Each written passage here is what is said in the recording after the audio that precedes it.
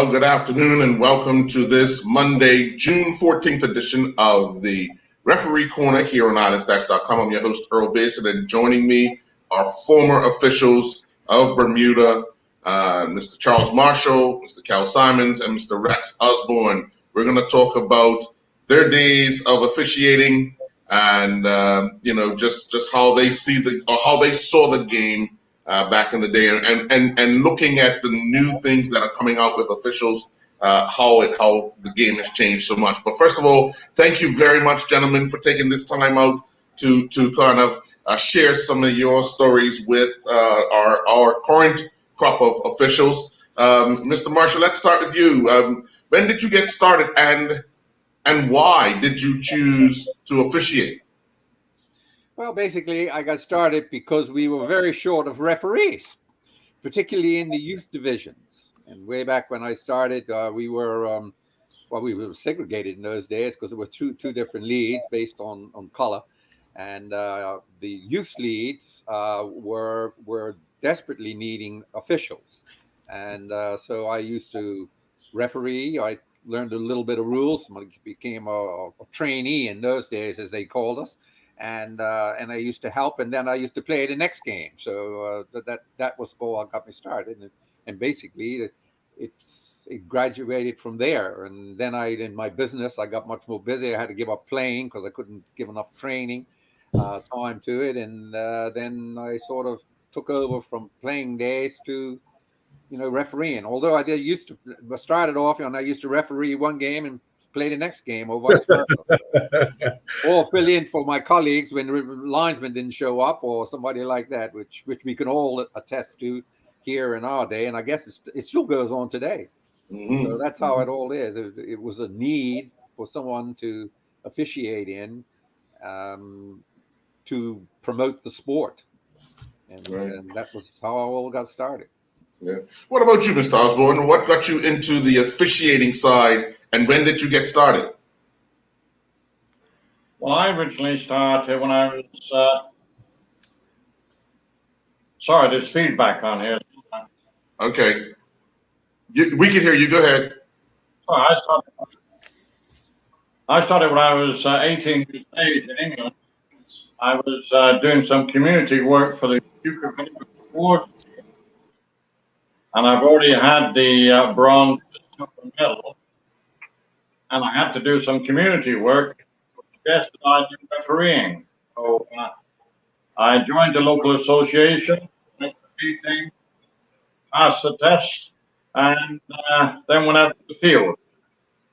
And literally, the fields were not, now most of the fields were occupied by cows during the week, and the farmers put the cows away for the weekend. It's not that great. But anyway, I managed to survive, got the gold medal, and was honored to go to Buckingham Palace and be awarded the gold medal by the Prince Philip, the Duke of Edinburgh. Okay. And Mr. Simons, how did it get started for you? I'm glad you ran in that order, Mr. Baker. Seniority definitely has priority here, right? I got started, I think, I want to say Aldwin Savory, right? I was, of course, I was doing track and field, and I was coaching at PHC, the junior team or minor team at the same time. And I used to do a lot of the minor games or bantam games or whatever games. And he must have came by and he said, I was a school teacher, of course, and he said, man, I think you'd make a great referee. And of course, like most people, I went, who, me? You know what I mean? No, I'm not going in the middle of that kind of stuff. No way. And, I went and then took the course, and I have to thank Mr. Savory for doing that. And then, linking up with people like Roddy Burchell and man, I'm trying to think of his name.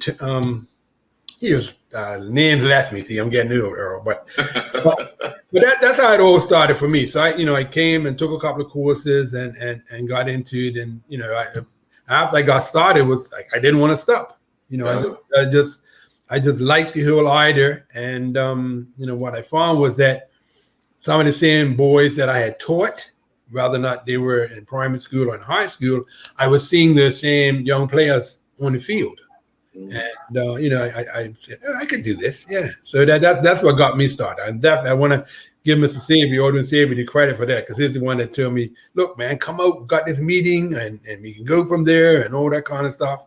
And I said, okay, I'll give it a shot. So that's what it was for me. Yeah. Mr. Marshall, let me ask you, you talked about when you started, it was segregated, but when the leagues combined, was it difficult for the officials? Because obviously, although the rules are the same, refereeing and running the line and those things, they had it was different time. Not really. We all do, because we used to watch the games, and we all knew one another. And Bermuda was a different environment than it is in these days. And no, in fact, the first integration of football was the junior leagues. It was Malcolm Furbett and Gene Pearman and a few others who was responsible for that. And then the next organizations was the Referees Society and the Referees Association, and we were the next ones to go. And then came the leads, the BFL and BFC, I think it was, my memory serves me right here. And then they came up, but they came, later on. But we used to do both games, and it was, and people, they were they were very hostile, and sometimes, particularly some calls they did make, just like they are today. But they're much more vocal and stuff. But anyhow, we used to have some very good characters at our game, and they used to tell us about ourselves in the very explicit language from time to time. But no, so I never found anything wrong with it. The only problem that I could say that it was is when parents got involved and tried to, get on the field to make the child do something that he shouldn't, and then you had to worry about dealing with them. That got a little emotional, but sooner, it was good. It was good. You learned from that. You learned as an individual, in particular. Definitely.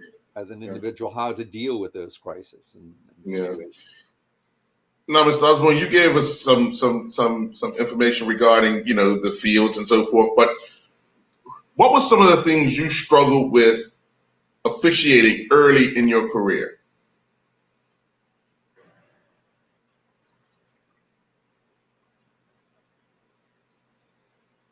Can you hear us, Mr. Osborne? Oh, I'm sorry. I didn't realize you were. It's the feedback on there. No, I was fortunate. If you can, turn the volume down on your. Turn the volume down on your device. I know Rockwell, Boy Bridge, Charlie Marshall, 25th, and Keith Dunson, Alderman Savory, and a whole host of others. We used to have regular meetings at each club in Prospect where we went through all the local laws and interpretation, fitness, and the critique of the games was very important. So I was fortunate. We had a few good mentors on our side, and they looked after the junior people. What were your early struggles, Mr. Simons, especially with the laws of the game? Having been a coach with the youngsters, what were some of the things you struggled with early? I would say that was it right there. I mean, coming in, learning the laws. That's what I mean. When we came there, you got these laws and you got to learn them before you get on the field, and you got to apply the laws.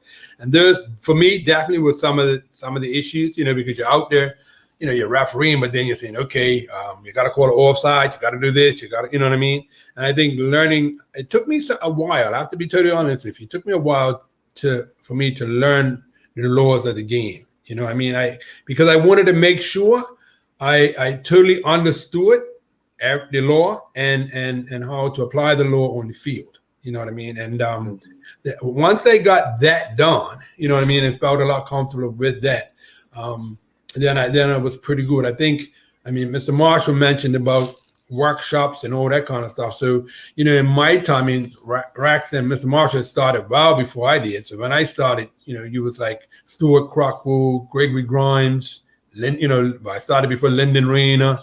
Arson Curtis was there, before me. So, and again, I think there's the older referees, Mr. Bento, I was trying to remember his name earlier, right? Mr. Benter was a character, you know what I mean? And these guys will know because he would set you. I mean, Aldrin Sabry would set you. Him or Aldrin Sabry would set you right up on the field if you was a referee assistant. You know what I mean? I can recall quite clearly over Davin Chirac, I was young and refereeing, and Davin Chirac may have been playing Somerset, and Bo came in, and it was in and out. And I'm certain Mrs. Sabry was going to say, well, yes, it was a goal. It was over the line. I mean, you didn't have the technology that you have now. Mm-hmm. So he walked over to me and said, oh, Kyle, it's a lovely day today, isn't it? And I said, yeah. So I just shook my head. So everybody on the field assumed that I had said the ball had crossed the line. You know what I mean? And it was like, the crowd behind me went crazy, and everybody said, Cal, you couldn't see from that far. And I'm like, that's not, you know what I mean? And then I realized how, some of the senior referees were able to kind of make things kind of not affect them as much, as a young referee. And I said, okay, I'm going to learn this part of the profession. You know what I mean? But it was all, I mean, those were some of the challenges I had as a young referee coming in, learning the rules and making sure that a good grasp of what they meant. Yeah. Well, I'm going to ask you all, because you're going to have, you probably have a whole host of them, but name a game and for whatever reason stands out in your mind as you would never, ever, ever forget. Mr. Marshall? Oh, boy. Boy, there are so many of them. I remember one time I sent Randy Horton off up in Somerset, and I came home and found the police at my house waiting for me. Anyhow, those were the good old days, as the saying goes these days. There's so many incidents over a period of a career of 50, 60 years that you can melt it. But I remember, in fact, one of the ones that really stuck with me was the experience that I had when I was in Israel, and I refereed the cup final in the Maccabiah games between Israel and Argentina. And the Argentinians were very hot-blooded people, and they were trying to get the game because they were losing. So anyhow, this guy went down, and this Israeli guy was pulled down in the penalty box with about a minute, 2 minutes to go, and of course everybody's screaming and hollering for a penalty, and I said, "Play on, Oh, mercy. So anyhow, after the game finished, 4 or 5 minutes later, the whistle blew, and the team won. So, in fact, the assessor there was Abraham Klein. Yes. So at the end, Abraham said to me, when things were quieting down that evening, he said, well, what happened to the penalty? So I says, what penalty? Said, the game, the one that so did this, and he explained. I says, yeah, it was a penalty. So he says, well, what happened? So I said, well, as far as I was concerned, it was a penalty. If the game had been it didn't make any difference to the game. The other team would have got the penalty. But I said the Argentinians would have walked off, because they already had walked off and all the rest. And I said that wasn't the spirit of the game. So I said it had no reflection, and then I used common sense on it. Good decision. You got to like that, and people stuck with you have a lot of experiences. Some are good, some are not so good at the time, of course. You're all upset, but some people say about refereeing, but you are your biggest critic, because when you go back home at night and you're on quietly and you're there thinking about the game, because it doesn't leave you when you leave the field. And you say, well, I could have done that better, and you learn from it, and you learn. And when my early stages was like Cal said early on, you have to understand the rules. I remember I used to have the rule book right next to my bed every night, and I used to read, not just the rule, but the interpretation of the rule and the intent and the spirit of the game and the spirit of the rule, and try and, get it in your mind and what it is. So these are the sort of things that you have to use common sense. I know what the rules say. Sending people off the field is easy. Just stick to the rules. And then sometimes, in my experience, was if you stuck to the rules, you'd have about 20, 30 minutes play, and then you'd have to stop because there wouldn't be enough players. Yeah, true.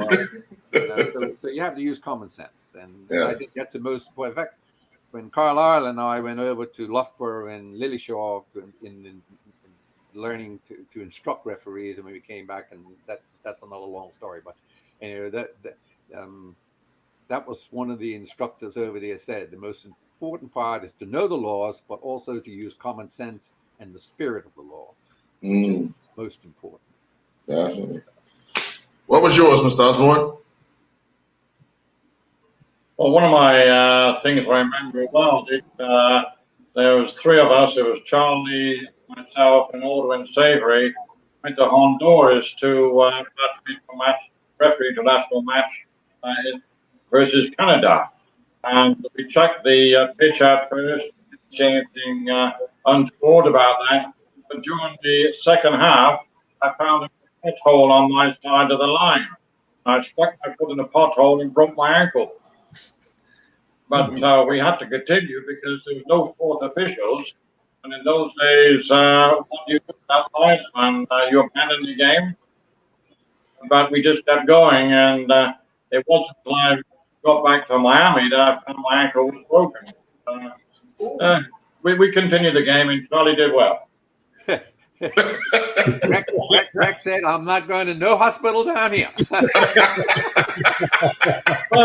But that's not a part of it, Charlie, at the hospital. that was Mr. Simons? Well, I'm going to say this. I refereed a game. This was on Devonshire Rec. One game between Dannytown and North Village. I can't remember if it was a Martinmer game or some sort of game. It was a night game. And I'll say this part first. When I came off that field, Mr. Basic, I said, I can't do this. These people are crazy. You know what I mean? Like it was just like I just said, that's it. I'm packing it in. You know what I mean? But the game, for the first, you have a game and it's going fine. No issues, no nothing. In the 42nd minute of play, hey, I think the young man was Patches or something for North Village and some other guy. Hey, they got in a heated, like they got fouled in a heated dispute. So I went down there and I thought I dealt with it well. You know what I mean? And game, they free kick to North Village, and I thought everything was okay. First half finished, and I thought it was fine. Oh Lord, the second half, somebody just turned the volume rate up, and they just really kicked the piss out of each other. They practically the whole game. I ended up with like 5 yellow cards. You know what I mean? And I had never experienced that kind of hostility against players against each other. But the thing that I think Mark Trott was coaching Dannytown at the time. Okay. Yes. And the thing that really shocked me was like, okay, the guy Sayum Tuzo was playing for Dannytown. Duke was playing for Dannytown. I can't remember his guy's first name. Yeah. Darren Simons. And what's his name? Mr. Deval Boyles. Was playing. And these guys, I mean, it was like blood out there. Mr. Ben, I'm telling you right now, when the game finished, Dannytown ended up winning the game, like 2-1, right? When the game was finished, they came off the field laughing at each other, saying, "Hey, man, I just kicked you." I'm like, I just could not believe it that I guess that, you know what I mean? At the end, the game's finished. I'm walking over with my officials. I think it was George O'Brien and somebody else. And I said, I just can't believe it. You know what I mean? It was like nothing. It didn't even happen. They just, for the next 45 minutes, 30 to 40 minutes, it was just like, whoa. You know what I mean? And they just literally stopped playing football. And I knew at that time, and I think I want to say I had been refereeing probably about 4 or 5 years. You know what I mean? I had moved up in the ranks, and I said, nah, this is not for me. Let me get out of this field, because these guys, how could they kick each other in 5 minutes and then in 10 minutes later they're all saying we're going upstairs and have a drink. You know what I mean? It was just beyond me, But that I know Mr. Marshall mentioned there were a lot of characters both on and off the field, but back in the day, it was always one spectator from whatever team it was that kind of gave you a chuckle before the game started. Who was that person for you, Mr. Marshall? Mrs. Woolridge, PHC. I used to go over and give her a big hug after a while and give her a hug because I knew I was going to take a lot of gas. But she gave me gas. Oh, Lord, look who's refereeing today. I've lost the game. Oh, yeah. But Doreen, I think her first name was, yeah, she and I used to have a great relationship. We had a lot of fun. Yes. What about you, Mr. Osborne? Who was that person? Well, I think Charlie took it from me. Miss Woolwich was one of the people. You could never mistake her voice in the crowd, and especially if PhD it carried as well. So you knew for a while she was talking to you, but you didn't have to take any notice of it because she could upset you very easy. The other person will be Alabama Anderson down at St. Joseph. Holds the 12th, 13th, 14th person on the field, and very difficult to deal with him because if you ever tried talking to him, you know what I mean. Yeah. Alabama, yeah. And Mr. Simons?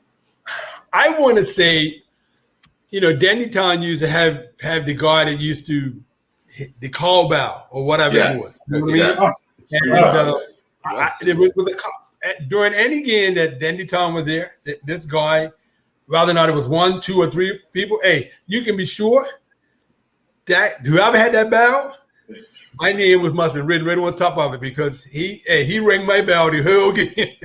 I'm sorry. I said to him one time after, I said, brother, you don't get tired? You know what I mean? Because it was the whole game, and it seemed like if Dannytown were going if the other range is going towards the southern end, okay, he's down that end. When the second half started, he was down the other end on top of the bank. I was like, I just got away from. I said to myself, okay, brother, hey, go ahead, you win. I'm not even gonna try to fight. You know what I mean? He was just. I had some very interesting games at Dannytown. Believe me when I tell you. Right. Now, Mr. Osborne mentioned that you guys used to meet a lot to go over the laws, and Mr. Marshall, you mentioned common sense.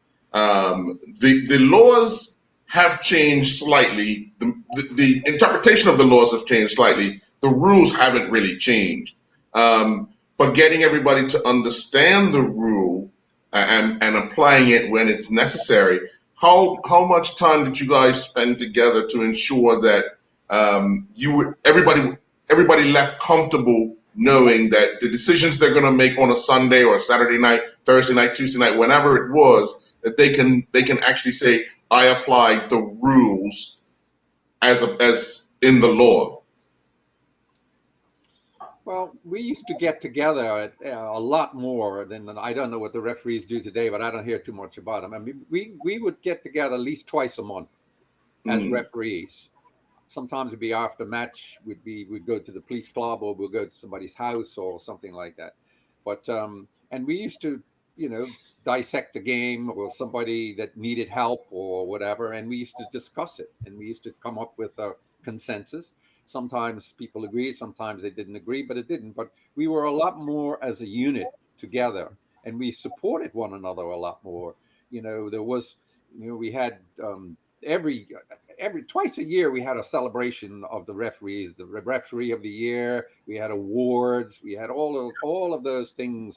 I mean, I got a list here of the referees. There's over 100 and some referees here in my career that some of them unfortunately have passed on now. But and so we were a lot more together. But today, I guess referees is a little different. They're first of all, the referee is one part, the linesmen are another part.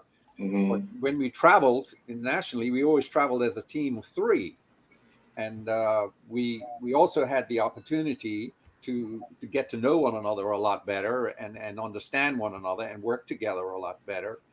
So it was a lot more comradeship, shall we say, for a better use of word. And many a times the guys will all come down to my house, to Olren's house, to Rex, to the police club, to BAA club. It was always somewhere, but twice a month, all the referees that would come would get together, and we'd help and support one another, and they would ask a question, or they would say, well, what do you think I did this at a certain game, or the linesman would see somebody do it and they wanted to know why and all that. And, so it was a little bit different than it is today. Yeah. Well, currently, I know during the season or seasons going by, the referees will meet the Monday after a Sunday and have a session where they discuss their game, any issues came out of the game, anything that that they needed help on. So what you're saying, it's actually kind of increased where they do it weekly, and they also do fitness tests or physical training once a week as well. So they're a little more together, I guess, because of the changes of so many rules and the way the game has changed so much. I think they're more, they got more people involved now trying to understand and the ambitions of the current crop trying to become FIFA ARs or FIFA referees is the other goal. I know you have indicated that when you guys travel. So, Mr. Osborne, when was the first time you traveled to do an international match, and what was that like for you? The first game I did, I was invited to Ontario in Canada, referee between USA and Canada.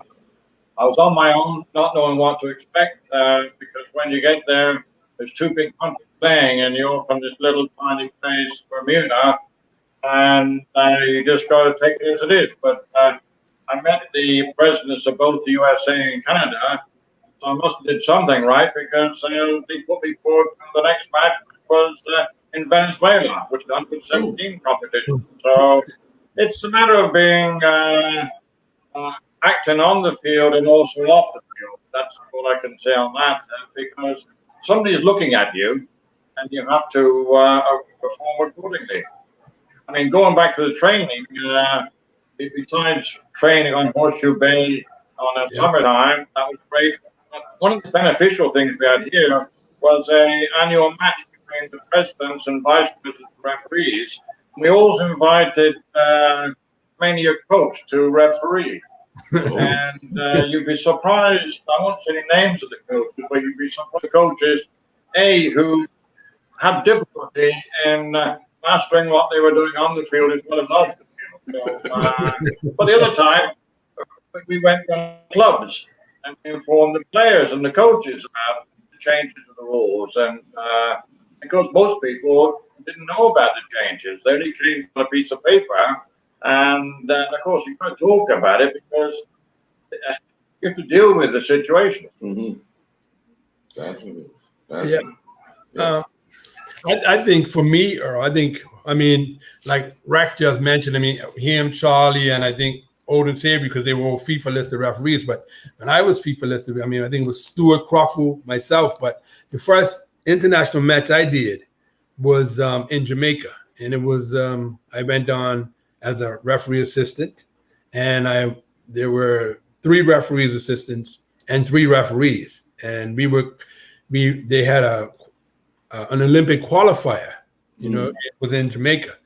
And that was an eye-opening experience for me because, I mean, it was just like unbelievable. I mean, you get there and, we're getting ready for games, and the professionalism being a FIFA referee was just, I mean, nothing I'd ever experienced before. I mean, I remember getting off the plane and the officials from the association met me. I was in suit and tie and referee, attire and stuff. And okay, boom, they picked us up. This other guy from Bahamas, you know what I mean? And that we were treated so well. And then, before the tournament actually started, I think I was down there for maybe 3 weeks or 2 weeks. And we spent a whole week going over the rules, doing fitness and all that kind of stuff. And I was like, man, I'm saying this is nice, you know what I mean? Because once you go through that experience, right, and then you come home, right, it's like, okay, I want to make sure that I'm going to keep refereeing, or the guys that I'm refereeing with are going to get to this level, Mm-hmm. It was difficult, I have to confess, like passing the fitness test. I remember, I mean, that 12-minute run. I was a big guy. I said, hey, 12-minute run, and that was tough. You know what I mean? and I ran the best distance runner, but I just know that you had to work hard, and that whole experience down in Jamaica, at the time, I think the next year maybe Jamaica may have qualified for the Olympics. They acquired the World Cup and all that kind of stuff. Yeah. And they had this guy down there named Nandy Lowe from out of Jamaica. And this guy was just, Jamaica had their team, and they had been up in the hills somewhere in Jamaica. And they came down and they were training, and here's this major tournament, going on. And you go, if you've been to Jamaica, the national stadium, was like unbelievable, nice size, but the surface was terrible. You know what I mean? Compared to what we had seen in Bermuda, our national, you know what I mean? But I just think that whole experience for me kind of had me look and say, okay, Cal, this is what the level is. You know what I mean? And when I came back, I think Mr. Marshall mentioned about us meeting and talking about different experiences and records. But that's some of the stuff that, I remember doing and saying, this is what we have to do. This, in order for us to get our referees up to par, and, this is what we have to do. And I want to say that, I was fortunate enough to referee with both of these gentlemen, but, for us, we wanted it to be high. I think at that time there were more referees then, you know what I mean?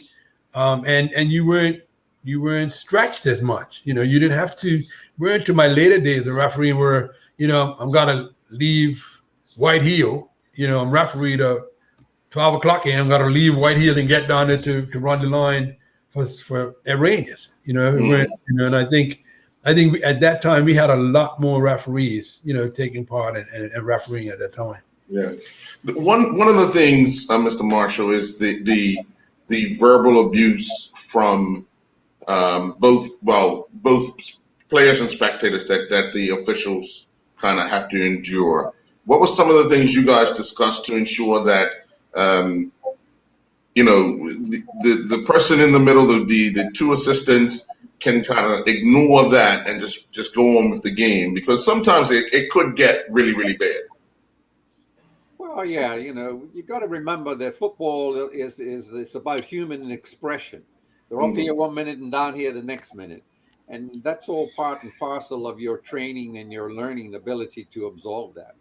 I mean, if it got real bad, you had to deal with it. The rules are there. They're very simple, as I just told you early on. You can deal with foul and abusive language is a red card. In my day, it was just the finger. Get off. That's it. You didn't have to worry about cards in those days. But when the cards came along, which was a good thing because you could warn the guy for cursing and swearing with a yellow card, but nobody needed to know you. That's why you were telling him. You were telling him not for that. But internationally is one thing, and friendly internationals is one thing. What the referees don't want to do, at least I never wanted to do, and I was taught that this way, you don't bring attention to yourself. You're not the game.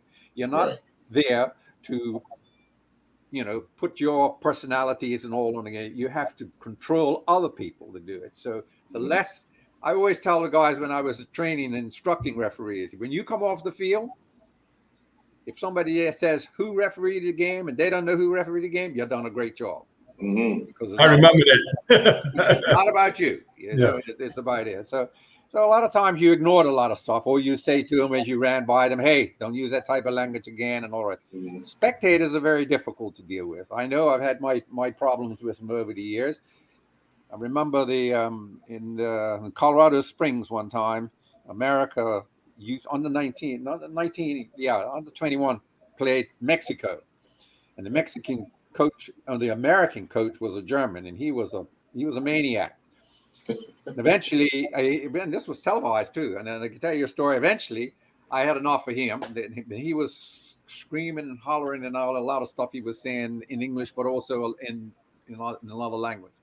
And he was threatening the other teams and telling his players to do things. So I stopped the game, went over, told him that stop this nonsense and all the rest. That was it. Anyhow, I carried on again. So I went over. I called the assessor guy over from the National Association, and I said to him is out of the grounds. And he said, out of the car. I said, that's right. And the game is not going on until he's gone. And about 5 minutes later, a big state trooper came along, 2 of them, and just picked him up and off he went. And that was the end of it. I don't know. He got fired eventually because he was really bad. But sometimes you have to do those sort of things, and that's a rare occasion, and that sort of stuff happens. But yeah, as I said before, common sense. You got to use common sense, and it's very important. And domestic games, you got to use it more because you know all the players, people, And I used to have a great time with Jerry Lynn Simons. Jerry Lynn, I used to go in and I said, Jerry, you're cautioned already, but the game ain't started yet.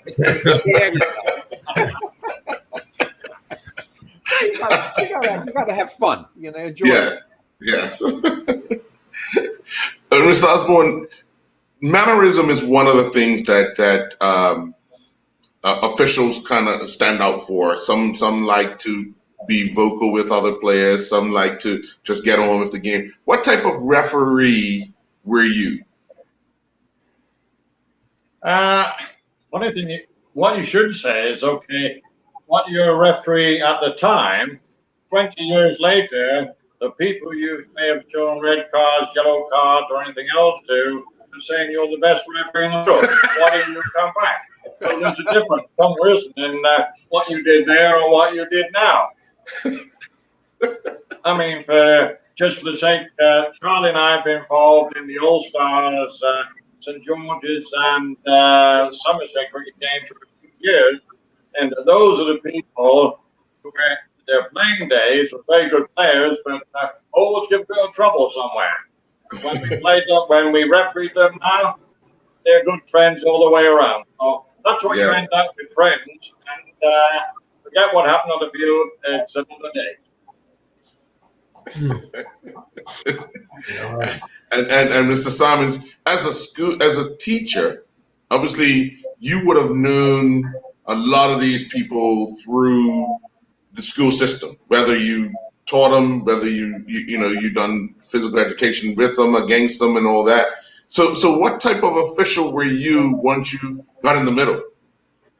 I would describe myself. I tried to describe myself as someone I was extremely calm. You know what I mean? Mm-hmm. That's what I tried to be most times. I mean, because I knew so many of the players from school, you know what I mean? I would, and I don't know if it's advised now, but I would run up beside somebody and say, hey, I saw you try to kick me now. I'm telling you, the next time you do that, I'm giving you a card. I'm letting you know. And they're, what, Simon? You saw me? Yeah, I saw you. I want to let you know that I saw exactly what you did. You know what I mean? And that's my approach to refereeing, was like being able to kind of manage the players on the field. I'm sure we all had those players that when you went to the game, you'd say, oh, Lord, he's not playing today, because you knew automatically, you know what I mean, that it was no matter what call you made, it's the wrong call if it's against his team. Right. You know what I mean? And, sometimes you had to be very tactful when dealing with those kind of people. And that's what I try to do. I try to be very tactful when dealing with persons that, I may have a challenge with. I mean, Tortoise, the guy I used to play for Dannytown. I'm calling Dannytown a lot. But anyway, I remember I was on the line, Ron Frog Lane, and it was my first Premier game. First division game, and it was the following Sunday, and it was Dannytown and Somerset, and Tortoise was giving me so much static on the line. Mm-hmm. So when he saw me come as the referee, I think Mr. Marshall, he went, oh my God, not you. And I said, oh my Lord, not you, right? He kind of looked at me and said, what you mean, Simon? That's exactly what you just said. You know what I mean? So what you did last week is not going to happen this week, brother. Right. You know what I mean? So your team needs you. You know what I mean? And my team I'm got here, we're going to officiate this game. So you have to decide now if you're going to have a great game or if you're getting an early shower. Mm-hmm. And that's what I said to him. So, hey, all depends how you want to handle it. You know what I mean? And using someone like Tortoise, who was a leader on Dannytown's field. You know what I mean? But same thing. We was able to, even the guy Roy. I think played for Yes. Boulevard. You know what I mean? Roy, yes. Roy always had something to say. You know what I mean? And hey, I'd run up to, hey, look, Mike, let's go. This is it. You know what I mean? But I tried to make sure that I had a good relationship. I tried to be very calm. If something happened, I weren't one that, you commit a car and I'm flashing the car right away. You know what I'm saying? Listen, this, I believed in the infringement of the law. So if you do it once, okay, fine. You know what I mean? Twice, hey, the next time you know what's gonna happen, right? I'm just letting you know. No. So if you do it, don't be surprised. You see what I'm saying? And I find that the players respected that part of me when I was refereeing. And again, because I knew so many of them as a teacher, I didn't get that much flack when I was out on the field. But that's what I try to be. Very calm, collective. Yeah. Mr. Marshall, you've had a very long career in football in Bermuda. You're never far away from it. You always seem to be somewhere near. Give us a sense of what that journey has been like for you. Well, Earl, that's a can't answer that in 2 minutes. A journey of sports in general, in particular football, has affected my life. And I'm a great believer that if we'd have spent more time as a community in sports and football, in particular in cricket and what kids like to do, we wouldn't have the gang problems we have today. So true. And I really believe that. And in my personal life, sports has had the impact and made me the person that I am today. I was very blessed with strong parents, of course, and also I was blessed with a lot of people that helped me on the journey. And when I went astray, I remember people like Dudley Eve and Joe Ferreira, Earl,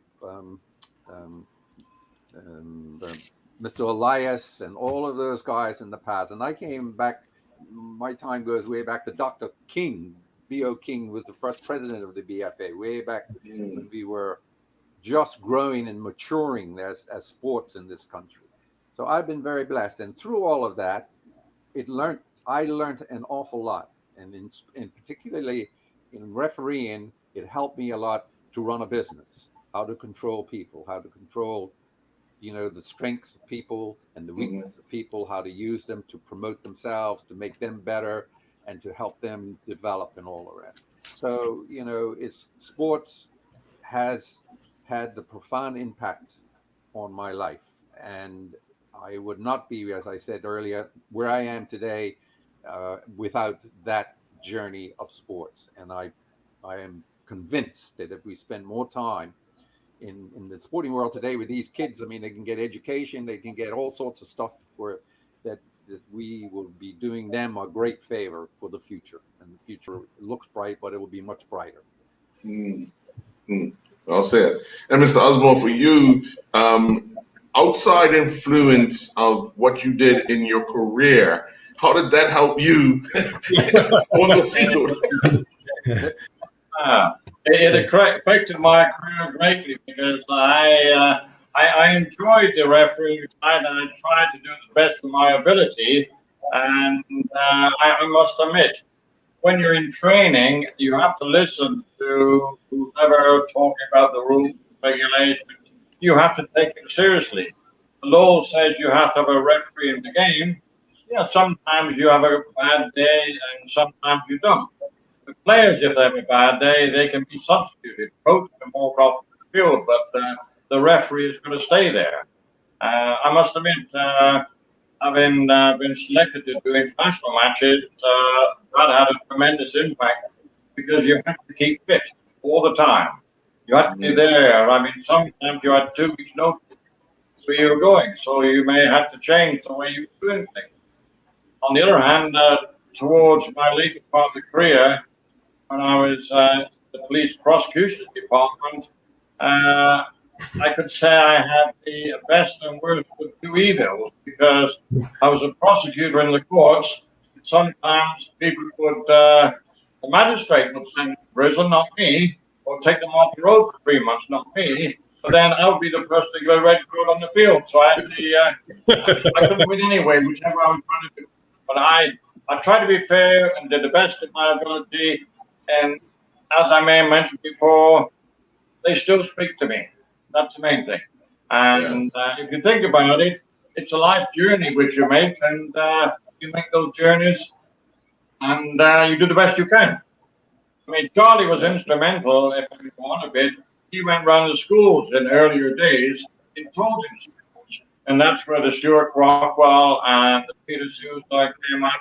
And we had people like that who started off at junior level and made the highest level in the end because they learned on the high. But no, you have to make your mind up what you want to do. Definitely. Mr. Simon, I'm going to come back to you in a second, but Mr. Marshall, there were times where it was a period, I'm not even sure if you were officiating at the time, Mr. Simons, but where a few matches were being abandoned due to either players' conflicts or players and official conflicts. You remember those times, and how did we get ourselves out of that kind of situation? Because it went on for maybe 2 or 3 years where a handful of games each year, or a few games each year, had to be abandoned. Yeah, well, that was Bermuda was going through its growing pains, and it reflected on the field of play. You know, our social order was breaking down, and the on the field of play, of course, when people's emotions were up, we had referees that were assaulted. We had officials, linesmen that were assaulted, even coaches that were assaulted. And the authorities at that particular time were not as forceful as they could have been as far as the referees were concerned. So we withdrew our services, and we said, you know, we're not doing it until these people are dealt with. You know, some of them, you know, I remember Tony Cliff, he got attacked by a bottle down at Wellington. Somebody threw it and knocked him down, and another guy got assaulted up at PHC Field, I think, with a pipe or something. I forgot who the referee. I think it was John Webb, I believe. And you know, and there was those type of things that took place, which the referees felt that we weren't getting the protection that we should have, and there was disruption in the schedule, and people came out but they found out quickly that then we got fined. The association got fined. And of course, we were all volunteers. We didn't have any money, so they fined us, you know. So anyway, but some good Samaritan paid the fine for us, so they can get sports back on the track and all of that. But as a result of that came, you know, the protection for the referees. As a result of that, we had to improve our game as referees too. You know, I got sent away with Carlisle to Lillyshaw and Loughborough to train our people to learn how to instructions and all of that. Then we had instructors to come here from England and to up our game as referees. But at the same time, the clubs had to come up with people that would take care of the referees, be responsible for them, and protect them and all of that stuff. So yes, there were difficult times, but it was growing pains that the whole country was going through. And like sports, we were going through the same thing.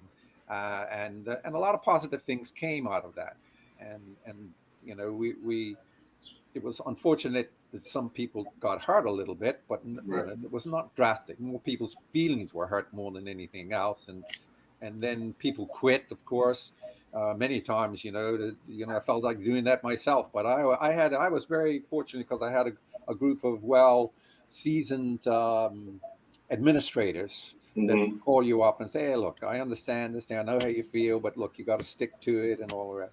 And, you know, and I did, and I learned from all those experiences. And that's what I was saying earlier on. It wasn't just about the playing of the game. It taught me as an individual how to handle these things. And when I wasn't capable of doing it through saying something to the press and getting it blown out of proportion, or saying something that I shouldn't have said. You know, the administrators, you know, on Mr. Eve in particular, Mr. Eve was a very quiet man, and he used to put things in perspective, and they did a lot for me, and the Mm, administrators helped the referees a lot in those days because they right, knew we were under a lot of pressure, you know. right. Especially when you had to go next week in the same field, the same bunch of people again. but it was all part of the learning process, and as I said, it's wonderful. Sport is the salvation to mankind. There's nothing bigger than in sport. I mean, even to this day, when the World Cup's on, the world stops. Yeah.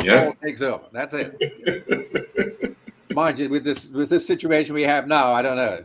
Yeah. We see how we're going to come out of it all. Yes. But Yes. yeah, it's we were, during my time we had our issues and all the rest of it, and yes, we did. We had to take a stand, like everybody Hmm. had to take a stand, and then people realized, I have to smile some of the things what Rex said and Carl said early on. People say to you today, "Oh man, you need people like you come back and you referee." I tell them, I say, "Well, you wanted to kill me in your days. You definitely kill me today." Yeah, right. But we have a good laugh, and people respect you. Yes. Yeah. So, Yeah. They always need you and they miss you. Yeah. amen, brother. Amen. Yeah. Yeah. Yeah. So I'll come back to you now, Mr. Simons. Yeah. You talked about that Dandytown North Village game. Any other games that were kind of um on the verge of being hostile of sorts? Because we all know when it's cup games, we all know when it's a final, we all know when the league's on the line, relegation's on the line. The tone is different with the Yes. players, the spectators, and the like. So did you encounter any of that? Well, I feel the worst experience I ever had. And it was George O'Brien, myself, and Stuart Crockle at Devon Chirac when this guy attacked this other guy. Most of you remember from machete. You know Hmm. the incident with the machete, and the Yes. guy jumped down from the top of the bank down, and you know what I mean. It Hmm. was just, and I was like, he jumped. I was down close to the corner flag, down Right. whoa. And I saw this guy jump over there, and I was like, oh my, where this guy just come from? Like, because it's all of a 12, 14-foot drop. Yes. And then right behind him, two other guys came behind him. One guy carrying a machete, and I'm looking, Stewart's in the middle, right? And I'm flaking trying to get his attention that something is happening, brother. We need to stop this game for a hot second and see what. And these guys chased this guy right across the field. I think that was probably one of the games that I had that it was a night game over Devon Chirac, and it was just, I think gang violence was maybe just rearing its head at the time. I think the government was talking about it, and that was an experience for me. I just was just taken back by that whole situation. I mean, we ended up finishing the game. You know what I mean? Yeah.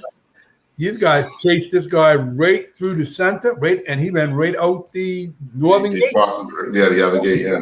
Yeah, and I think people, the spectators, and everybody was just shocked. I think the people up on this bank Hmm. were just divided, parted like the Red Sea, because this guy was swinging that samurai sword. Hmm. And that's what got my attention. But this guy just dropped out. I said, boy, where are you going? Hit the ground, kept running, and two guys came behind him, and then a guy came with the samurai sword right behind him. And I think that was one of the experience I had that stayed in my mind for a little while. Like, I just could not believe that Bermuda's football had got to that level. You know what I mean? And the unfortunate part, it weren't the football, it was Right. the spectators. I think Yes. sometimes some of the instances we experienced were spectators causing so much, that's what I recall. I mean, a lot of times the players were fine, but it was the spectators that would go right off the wagon. You know what I mean? And they're like, and you as an official, all you're doing is calling an official over and say, listen, we need to get control of this situation. We need to get, the officials from the club to try to get these people out of here. But that's something that's definitely stayed in my mind for a long time after that. Well, gentlemen, your services, what you were able to do for football. I think each and every one of you officiated a game I played in at one point in time. Oh yes. Hope I didn't give you that much trouble. I don't remember. But that's a good thing. I was going to say the same thing. That's a good thing. Yeah. What they say, if you don't know who the referee was, then it's a good thing. So if you didn't know who I was, that's a good thing.